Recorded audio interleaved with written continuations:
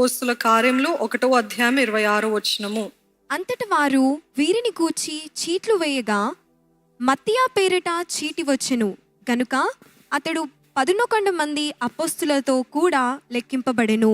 ఇక్కడ ఎవరు వచ్చారు? యూదా ఇస్కరియోతు బదులుగా మత్తియాస్ అని ఇంగ్లీష్లో ఉంటుంది, మత్తీయ అని తెలుగులో ఉంది. ఈరోజు మీరు నమ్మాల్సింది ఏంటిదంటే, దేవుడు మీకు అప్పచెప్పిన పని మీరు చేయకపోతే God always has another person ready. Do you understand it? మీరు కాకపోతే వేరొకరు ఎన్నుకుంటాడండి, మీరు లేకపోతే ఇంకొకరు ఎన్నుకుంటాడు. దేవా నువ్వు నాకు ఇచ్చిన భాగ్యం అని ఎంతమంది ఎంచుకొని చేస్తారో వారిని దేవుడు అంచెలంచెలుగా దీవిస్తాడు. కానీ నేను కాక చేస్తున్నానంటే మిమ్మల్ని పక్కన పెట్టి వేరొకరిని తీసుకొస్తాడు. ఏలియా అన్నాడు, నేను ఒక్కడే మిగిలిపోయానయ్యా అని అంటే దేవుడు ఏమన్నాడు, నువ్వు కాదయ్యా, ఇంక 7,000 మంది ప్రవక్తలు బయలుకి మొక్కని వారు ఉన్నారు, నువ్వు ఒక్కడివే అనుకోకు. అంటే మన భాషలో చెప్పాలంటే నువ్వు అంత సీన్ ఇచ్చుకోకు, అంత ఫీల్ అవ్వకు. నువ్వు కాకపోతే ఇంకా 7,000 మంది ఉన్నారు ఇంకా నాకు. ఈరోజు మనం కూడా నేను కాబట్టి చేస్తున్నా, నేను కాబట్టి కష్టపడుతున్నా, నేను కాబట్టి ఇంత మనస్ఫూర్తిగా ఆరాధిస్తున్నా, నేను కాబట్టి అని అంటే దేవుడు అంటున్నాడు, ఇదిగో నువ్వు కాకపోతే వేరొకరు రెడీగా ఉన్నారు. If you can just empty that space, I already have another person. అందుకనే భయముతో వణుకుతో మన రక్షణ జీవితాన్ని కొనసాగించాలంట. Do not take the place that you are in for granted. మీకు ఏవైనా పరిచర్య భాగ్యము దేవుడు ఇచ్చాడా? ఏదైనా చేయడానికి తలాంతి ఇచ్చాడా? ఇప్పుడు కాదులే దేవా, నేను తర్వాత నాకే ఉంది తలాంతి, ఎవరికి లేదు ఈ ఐడియాస్ అనుకుంటున్నారా? మీకంటే ఉన్నతమైన తలంపులు దేవుడు వారికి ఇస్తారండి. Do not ever be prideful of your calling, of your position, of anything that God has given you, your talents, whatever it is. ఏ తలాంతు విషయము, ఏ పిలుపు విషయము, దేని విషయం కూడా గర్వించకండి. నువ్వు ఎప్పుడు ఈ మనస్తత్వం పెట్టుకోండి, నేను లేకపోతే దేవుడు ఇంకొకరిని వాడుకుంటాడు. ఏదేదైతే ఎవరెవరైతే నువ్వు పెట్టుకుంటారో అది ఆఖరికి పోగొట్టుకుంటావు. జాగ్రత్త. దేవుడికి బదులుగా, యేసుకి బదులుగా ఇది పెట్టుకుంటున్నారా, అది పోగొట్టుకుంటారు. ఈ మనుషుల్ని పెట్టుకుంటున్నారా, అది పోగొట్టుకుంటున్నారు. జాగ్రత్త. ఈ మనిషితో మాట్లాడతా, ఈ మనిషితో అంత చేస్తా, అంత అయిన తర్వాత అప్పుడు చేస్తే అంటే ఆ మనిషిని పోగొట్టుకుంటారు. ఎంతమంది చెప్పగలుగుతారండి? నేను నా సమస్తం ఆ వ్యక్తికి ఇచ్చాను, ఆ సమస్తము ఇచ్చినప్పుడు నేను దేవుని మర్చిపోయాను, దేవుని ఆలయాన్ని మర్చిపోయాను, దేవుని సన్నిధికి రావడం మర్చిపోయాను, ఇవన్నీ చేయడము మానేస్తాను, ఆయనని మెల్లమెల్లగా దేవునికి దూరం అయిపోయాను. దేవునికి దూరం అయిపోయాను, మనిషికి దగ్గర ఆయన అనుకుంటే సడన్గా ఆ మనిషి నాకు మోసం చేసి నన్ను విడిచిపెట్టి వెళ్ళిపోయాడు. ఎంతమంది చెప్పగలుగుతారు? దేవుని కాకపోతే దేవుని స్థానంలో ఎవరి పెట్టినా ఆ వ్యక్తి అయినా ఆ వస్తువు అయినా తప్పకుండా పోగొట్టుకుంటారు, గ్యారంటీ. మొట్టమొదటిగా ఆయన నీతి, ఆయన రాజ్యం.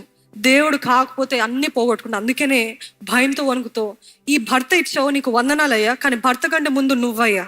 ఈ భార్య ఇచ్చావు నీకు వందనాలయ్యా, కానీ భార్య కంటే ముందు దేవుడు నువ్వయ్యా. ఈ బిడ్డల్ని నేను ఎంతో అడిగిన తర్వాత ఇచ్చావయ్యా, కానీ బిడ్డలు కాదు ఫస్ట్, నువ్వు ఫస్ట్ అయ్యా, దాని తర్వాత నీ బిడ్డలు. లేదు అని అట్లయితే ఎక్కువ ప్రేమ చూపిస్తూ దేవునికి దూరం అయిపోయారు అనుకోండి, నా బిడ్డ నా బిడ్డ నా బిడ్డ బిడ్డ పోతుంది. జాగ్రత్త. క్షమించండి అలాగే చెప్తున్నాను, కానీ ఎన్నోసార్లు చూస్తానండి ఎక్కువగా ప్రేమించిన బిడ్డల్ని, చాలా మందిని, సేవకుల్ని దేవుని పరిచయం అంతంతగా కొంచెం నిర్లక్ష్యం చేస్తున్నప్పుడు ఏమైంది, బిడ్డల్ని కూడా పోగొట్టుకున్నారు, లేకపోతే బిడ్డలు దూరం అయిపోయారు, చనిపోయారు, ఏదో జరిగింది, వారి గుండె గాయం అయిపోయిందంట. అందుకని దేవుని స్థానంలో ఏ మనుషుని, ఏ వస్తువుని పెట్టుకున్నా అది నిశ్చయంగా పోగొట్టుకుంటారు. God is first, not anything else, not anybody else. ఈరోజు జాగ్రత్తగా ఉండండి. మీరు కాకపోతే దేవుడు ఇంకా ఎవరినైనా వాడుకుంటాడు, మీరు లేకపోతే దేవుడు ఇంకా ఎవరినైనా. నా వల్లనే దేవునికి ఉపయోగం కాదు. ఈ ఒక్క మాట వినండి, నా వల్ల దేవునికి ఉపయోగం కాదు, ఆయన బట్టే నా జీవితం. It is not God needs me, I need God. ఎంతమంది చెప్తారండి? దేవుడికి నేను నా బట్టి ఉపయోగం, నా వల్ల అవసరత వచ్చింది. No no no no, you need God, not God needing you. God needs us, but first మొట్టమొదటిగా యూ నీడ్ గాడ్. మీరు మొట్టమొదటిగా దేవుని వెంబడించండి.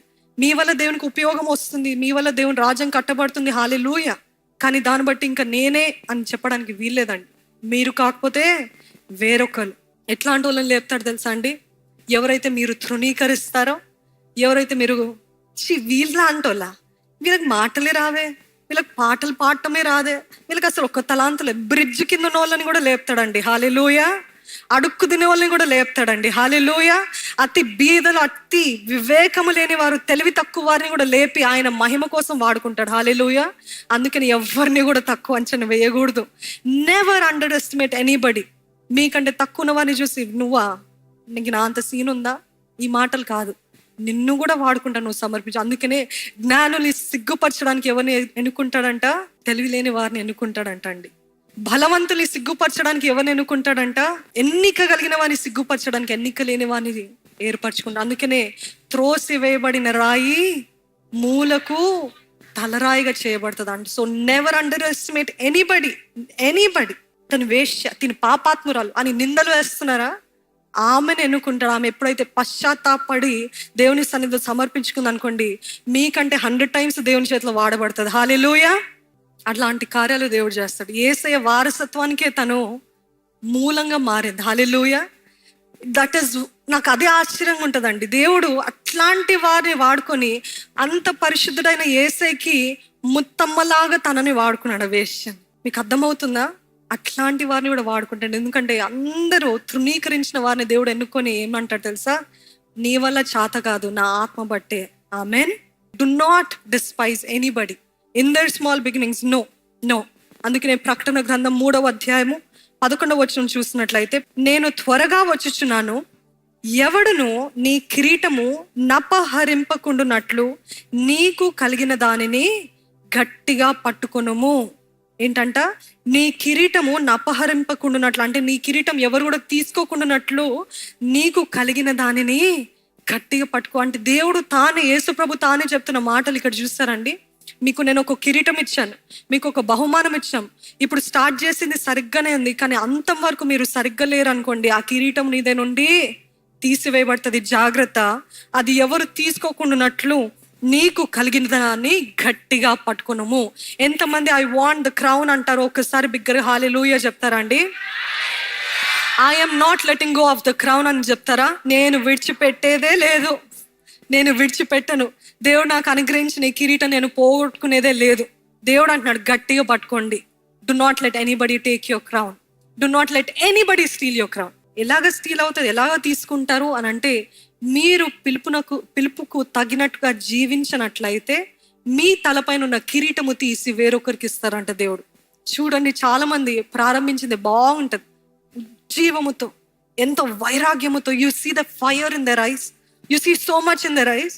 బట్ వెళ్ళగా రిలాక్స్డ్గా ఏముందిలే, మెల్లమెల్లగా పాపంలో పడుతూ, ఈ పాపమే కదా, ఈ చిన్న పాపం దేవుడికి క్షమిస్తాడులే. ఎక్కువ జ్ఞానం పొందిన వారు కూడా చాలా భయంకరం అండి. అందుకనే సొలొమోన్ అంటాడు, ఎక్కువ జ్ఞానం వద్దులే బాబు, నీకే తంట, అదొద్దు, అంత జ్ఞానం వద్దు. ఎందుకంటే ఎక్కువ జ్ఞానం పొందిన వారు ఏంటి, ఏసే క్షమిస్తాడులే.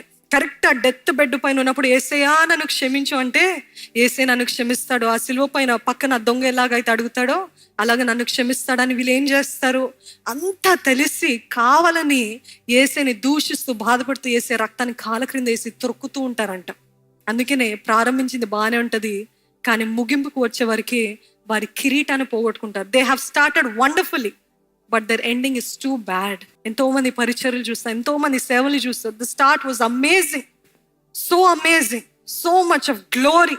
దేవుని మహిమ కలిగిన కార్యాలు, అద్భుతాలు, వారి జీవితంలో ప్రత్యక్షతలు, వారి మాటలు, ఇవన్నీ బాగానే ఉంటాయి. కానీ ఎండింగ్కి వచ్చే కల్లా ఉండరే, కనపడరే. అందుకే నేను స్టార్టింగ్ అందరిది బాగుంటుందండి, ఎండింగ్ వరకు. అందుకే నేను నా పరుగుని కడముట్టిస్తాను. నేను వేగిరపడుచున్నానంట. పౌలు అంటాడు, నేను వేగిరపడుచున్నాను ఆయన ఇచ్చు బహుమానము కోసం, ఆయన దగ్గర పొందుకోవాలని వేగిరపడుచున్నానంట. ఈరోజు నిజంగా దేవుని సన్నిధిలో, దేవా నాకు ఆ కిరీటము, మీరు నమ్ముతారండి మీకు అందరికి దేవుడు ఒక కిరీటం ఇచ్చాడని? Do you believe that God has placed a crown? You have a calling, you have something that God has given you. దేవుడు మీకు ఏదో ఇచ్చాడు, కానీ అది మీరు వాడకపోతే, దాన్ని ఎక్సర్సైజ్ చేయకపోతే, దాన్ని అలాగనే స్టాగ్నెంట్గా పెట్టి, లేకపోతే వేరే దానిపైన మీ దృష్టి, వేరే దానిపైన మీ ఆలోచనలు పెడితే, ఆ కిరీటం మీద నుండి తీయబడి వేరొకరి పైన ధరించబడుతుందంట. ఈరోజు మీకు కలిగిన దానిని గట్టిగా పట్టుకోండి. Do not let go of your calling. If God is pursuing you to do something, do it right away. Don't you delay it. అది ఇంకేమాత్రం వాయిదా వేయకండి. దేవుడు ఒకటే ప్రేరేపిస్తున్నాడు, ఎన్నో రోజులుండి, ఎన్నో నెలలుండి నేనే వాయిదా ఇస్తున్నా, ప్రొక్రాస్టినేట్ చేస్తున్నాను అన్నవారు ఉన్నట్లయితే, ఇదే అనుకూల సమయము. Do not procrastinate, do not delay it any longer. దేవుడు అంటున్నాడు గట్టిగా పట్టుకో. నువ్వు వాడకపోతే నీకంటే చక్కగా వాడగలిగిన వారి దగ్గరికి ఇస్తాను. నీకంటే దాన్ని మంచిగా రీయూజ్ చేయగలిగిన వారి దగ్గరికి ఇస్తాను. జాగ్రత్త. అందుకనే దేవుడిచ్చిన పిలుపుని అంత సులభంగా తీసుకోకండి.